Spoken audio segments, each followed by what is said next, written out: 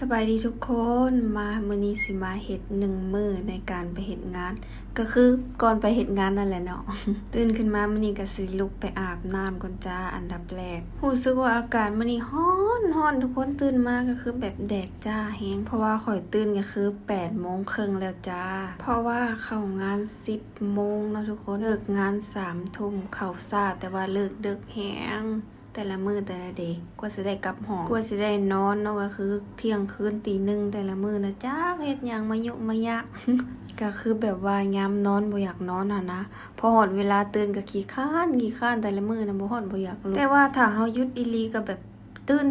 แต่เช้าเลยทุกคนแม่นไผเป็นคือข่อยแน่แบบคือตื่นเต้นอีหยังสักอย่างหันนะเวลาเฮาหยุดนะตื่นตั้งแต่7 โมงนั่นแล้วก็กลางเว้นก็ฮอดบ่อยากนอนแบบนอนบ่หลับจักมันเป็นแนวใดแบบตื่นเต้นก็เลยบ่ค่อยได้หยุดนะเพราะว่าหยุดก็นอนบ่หลับ ไปเฮ็ดงานดีกว่าอีกอย่างก็อากาศมันร้อนนะถ้าอยู่ห้องก็คือบ่ไหวเพราะว่าอยู่ห้องพัดลมแล้วก็แบบอยู่ห้องมุมนะทุกคนแดดมันก็สิส่องเข้ามานะเวลาแบบเที่ยงๆนะบ่ไหวตายก็เลยไปเฮ็ดงานที่ห้องแอร์ดีกว่าเนาะ เอาแบบว่าถ้าเมื่อยอีหลีรอบ่ไหวอีหลีค่อยหยุดเนาะอีกอย่างหยุดก็บ่ฮู้สิไปไสนะคันอยู่ห้องก็ร้อนไปหลิ้นก็เบิดเงินก็เลยว่าเฮ็ดงานดีกว่า พอมาฮอดนี้ก็คือกำลังแต้มคิ้วเนาะทุกคนข่อยเป็นคนที่แบบว่าคิ้วแบบโคตรบางแฮงก็ตอนนี้ได้รู้สึกว่ามีคิ้วขึ้นแน่นะถ้าเป็นสมัยเรียนตอนอยู่แบบม.ต้นคิ้วก็บ่ได้เขียนได้เขียนฮอดบ่เป็นซะแบบว่าเป็นคนแต่งหน้าบ่เป็นแล้วก็รู้สึกขี้คร้านแต่ใหม่เรียนก็คือหน้าโลนแฮงแบบกลับไปเห็นรูปเก่าเจ้าของอะนะส่วนตอนนี้ก็คือเริ่มเซียนแล้วจ้ากับการเขียนคิ้วก็จนว่ามีคนมาทักว่าเฮาไปซักคิ้วมาบ่อีหยังประมาณนี้นะจักว่าข่อยงามนะ บ่แม่นจักว่าข่อยเขียนงามขึ้นกว่าเก่าเนาะไปเขียนคิ้วแต่ละมื้อน่ะบ่ได้คือกันเด้ทุกคนมือใหญ่มือน้อยมือสั้นมือยาวเนาะอันนี้ก็คือแต่งตัวเรียบร้อยกำลังสิย่างไปเฮ็ดงานได้ทุกคนบอกเลยว่าอากาศโคตรแดดแบบร้อนหั่นนะแล้วมือก็คือ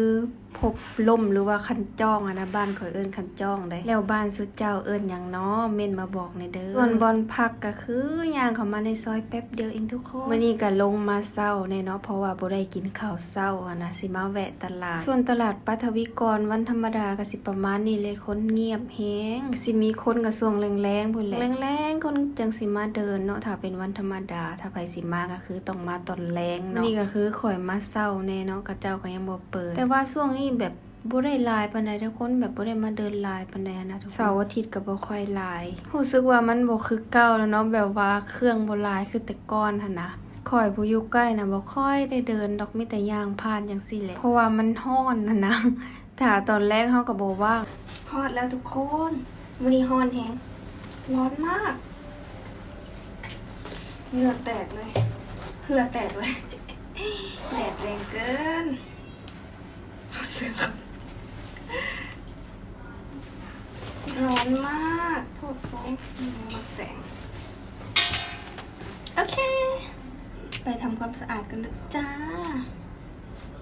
หลังจากที่ทำความสะอาดเรียบร้อยก็สิเอาเงิน10 บาทไปซื้อข้าวจ้าเพราะว่ามื้อนี้บ่ได้หุงข้าวมาเนาะทุกคนมีแต่ว่าเอากับข้าวมาแต่ห้องเฮ็ดแต่กับข้าวบ่ได้หุงข้าวแต่โชคดีที่ว่ามีร้านขายข้าวแบบโดยเฉพาะนะ10 บาทได้3ก้อนนะเขาเจ้าเอิ้นมาเด้อทุกคนมากินข้าวน้ำข่อยมื้อนี้ก็คือมาเฮ็ดงานคนเดียวเนาะเพราะว่า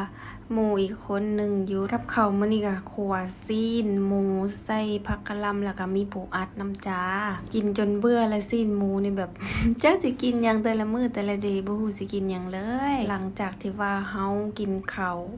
เรียบร้อยแล้วก็สิมาผ่าเนาะทุกคนงานเวียกเฮาก็บ่ได้มีหยังหลายเนาะถ้าผ่าเบิดก็เอาผ่าไปซักกาวมาพับแบบนี้แหละทุกคนซึ่งผ่านี้ก็บ่ได้พับทุกมื้อดอกนะทุกคนอาทิตย์2 อาทิตย์จึงได้พับเทื่อนึงเนาะตามว่าลูกค้าน้อยลูกค้าหลายได้ เวียกแต่ละมื้อก็บ่มีหยังหลายเนาะมาเฮ็ดงานกันนั่งเจ้าก็หาลูกค้านี่แหละ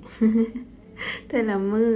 จนว่าเมื่อยตูดเมื่อยก้นวิดีโอนี่ก็บ่ได้มีสาระอย่างเนาะทุกคนเว้าไปเรื่อยมื้อในการมาเฮ็ดงานของข่อยก็สิประมาณนี้แหละจ้าไปแล้วบ๊ายบาย